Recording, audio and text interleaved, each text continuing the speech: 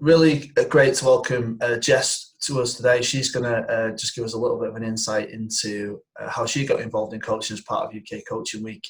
And first and foremost, I'm going to hand over to Jess. Welcome. Hiya, how you doing? Yeah, good, thank you. So, Jess, can you tell me sort of how you got involved in coaching, where you're coaching currently? Let's start with where you're coaching currently. Let's start with that. So I'm currently at Huddersfield YM Rugby Club, where I'm the Rugby Development Officer and the Director for Women and Girls Rugby, and I do a bit of guest coaching on the side as well at various clubs. Brilliant. So how long have you been there for, Jess? I've been at Huddersfield YM for about 2 years now, 2 and a bit years, and prior to that I was doing some university coaching as well, and then way before that I was transitioning from player into coach. How did you find that transition? Oh, it's tough, isn't it? I think because when you initially start to coach, all you're doing is sort of replicating what you've experienced as a player, and whether that's sort of the best coaching experience you've had, or whether it's the best coaching experience you can deliver. It's certainly not a style that's personal to you. You're always trying to copy and mimic other people. And I think as you go on, as you transition out of player into coach, you start to develop your own style and your own way of doing things, and it becomes a bit more personal, and therefore the players can more easily connect with it and identify it because they know it comes straight from you, straight from the heart. Brilliant. So you went from that playing into that coaching journey, which many people will do within all sports, but especially within rugby as well. Who did you sort of lean on as you went through from that transition? Was there anyone in particular, or groups of people, or organisations potentially? Yeah, I mean, I lent initially on my local representatives from the RFU, just for pure ideas, because I felt obviously when you transition from player to coach, you tend to use up a lot of the ideas that you experience rather quickly, and then you sort of run out of ideas, and it's from that point you tend to develop your own style and way of doing things. So I lent on the RFU for support. I lent on the players a lot on gathering feedback from them on what they liked and what they didn't like, and started to hone and refine my style from there. And I also lent on my dad, who probably 30 years prior went through a very similar experience of transitioning from playing to coaching. So he could sort of guide me on the ins and outs of, obviously 30 years, so things will have changed, but certainly that personal experience of sort of hanging up my playing boots and dusting out some coaching boots or coaching trainers, and what that personally was like for me, you know, mentally, and that changed. He was certainly a good guide on that. Sounds like you've had some good people supporting you around that, so that was really positive. In terms of coaching, how did you sort of decide you wanted to get involved in coaching? What made you decide that coaching was for you? I sort of fell into it really through sort of a number of ways. So at various occasions when I was playing in London, our coach couldn't attend sessions for whatever reasons, work or personal commitments, and I'd find myself automatically stepping into the role of running the session whilst taking part in it. So almost being a little player coach on those cold training nights. And then having finished university and moving back up north, I got spotted at my local gym wearing some rugby gear and said, "Do you want to fancy coming along?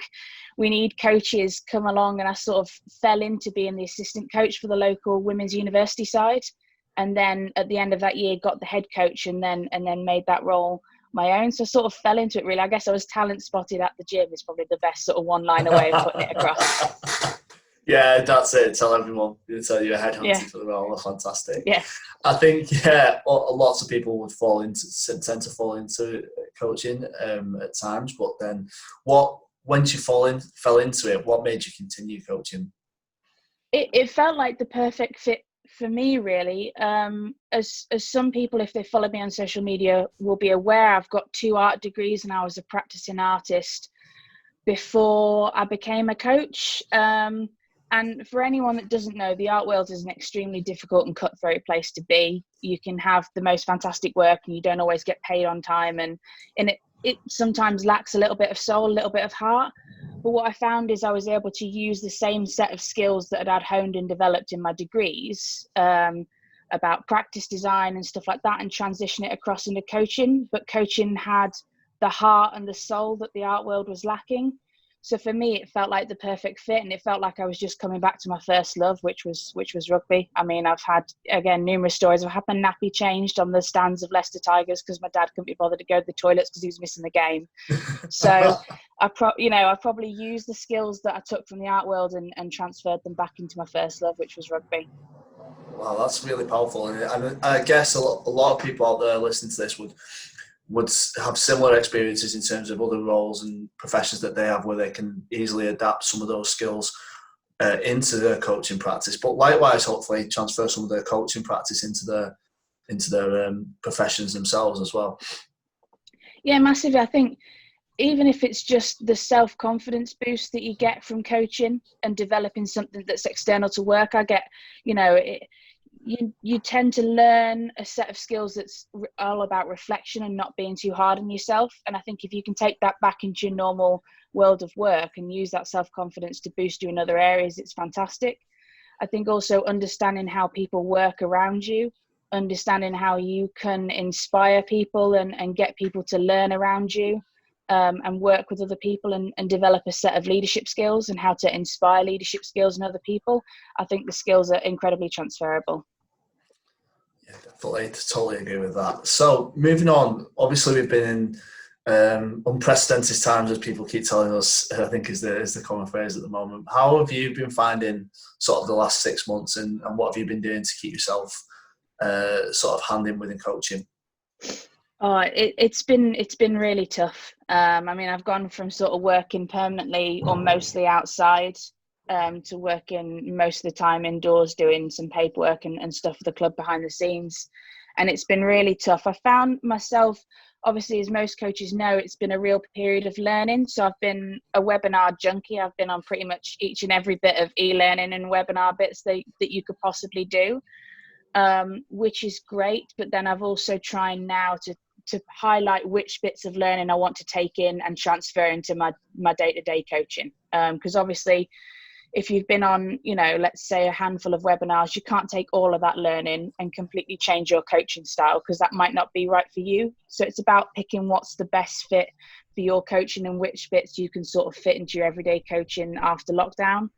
But one of the things I found probably most challenging and I had to adapt for was keeping some of the ladies together in the team that I regularly coach, because obviously life for them has been completely different. I'm still involved with rugby. I was still working behind the scenes, but for them, rugby had sort of finished. So it was kind of working around different ways to bring the team together. So we did some weekly quiz nights. We did a couple of online fitness sessions, but mostly it was just checking in with them and making sure that the team spirit continued and that they were helping each other, because obviously it's been a really mentally tough time for everybody. And I didn't want everybody to get isolated. I want to try and keep that team spirit together. So that was probably the thing I was most conscious of doing. And, it sounds like you've had lots there. I think a really, really important point around which elements you're going to take forward into your coaching and transfer into your practice. I think that's really key. Yeah, there's been lots and lots of stuff out there. It's been brilliant in terms of some of the content that's out there. But yeah, it's sometimes just siphoning through some of that and identifying what's going to work for you personally and not just work generically. So I think that's a really good point. So just going to finish up now. Quick question. What advice would you give to anyone thinking about taking up coaching? What would you say to them? Oh, it just come down to your local club. Your local club will always be wanting volunteers, will always be wanting new coaches to develop. And as someone who is developing new coaches at the moment alongside me, it's a joy to watch them learn and experience their journey. And watch them find their own coaching style for themselves. So just come down, rock up. Just don't be afraid to just grab somebody and go, I want to start coaching. Point me. Where do I go? What do I do? So try and get rid of that initial fear factor and just rock up on a Sunday morning is probably the best advice. And be like a bit of a sponge. Be open to different experiences. Rock up, coach the under-8s, but then assist coaching the under-14s. See if you can go watch a senior training session and just be open at different styles of coaching. Fantastic, yeah, great advice. And finally, so if someone wanted to sort of get in touch and say hi, if they're listening to this, Jess, and learn more about your journey, how would they get in contact with you? Best way is Twitter. I don't think I'm ever off it at the moment. I love it. I've been connecting with so many people in lockdown, and the best way is just Rugby Coach Jess is my Twitter handle. So that's probably the best way to shout out. Brilliant. Jess, thanks very much for your time. Much appreciated. Thank you. And thanks for your coaching and all the work you do at Huddersfield YM.